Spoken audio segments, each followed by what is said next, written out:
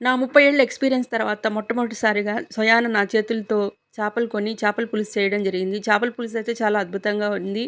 లైవ్‌లో ఉండే చేపల్ని ఇన్‌స్టాంట్‌గా పులుసు పెట్టుకుంటే ఉన్న రుచి కంటే అధిక రుచి ఉంటుందండి. చేపల్లో రకరకాలుగా ఉంటాయి. చిన్న చిన్న కాలువల్లో, చిన్న చిన్న చెరువుల్లో పారే వాటిని చిన్న చేపలు లేదా అలసలు, పక్కిళ్ళు అని అంటారు. పెద్ద చేపల్ని గండి చేప అని అంటారు. గండి చేపల్లో ముళ్ళు తక్కువగా ఉంటుంది. టేస్ట్ తక్కువగా ఉంటుంది. నల్ల చేపల్ని జిలేబీలని అంటారు. జిలేబీల్లో ముళ్ళు ఎక్కువగా ఉంటుంది. టేస్ట్ ఎక్కువగా ఉంటుంది. బంగారు పులుసులో నిటారుగా ఒకే ఒక ముళ్ళుంటుంది. టేస్ట్ కూడా చాలా బాగుంటుంది. కొరమీళ్ళంటే అది నీటిలో నుంచి గట్టు మీద ఉండే 1 అవర్ వరకు అది ప్రాణాలతో ఉంటుందండి. అంత గట్టిదది.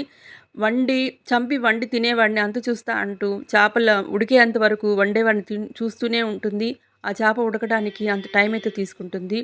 రుచయితే చాలా బాగుంటుందండి. ఇవండి రకరకాలైన చేపలు. Thank you for watching my video. Please like, share and subscribe. Bye.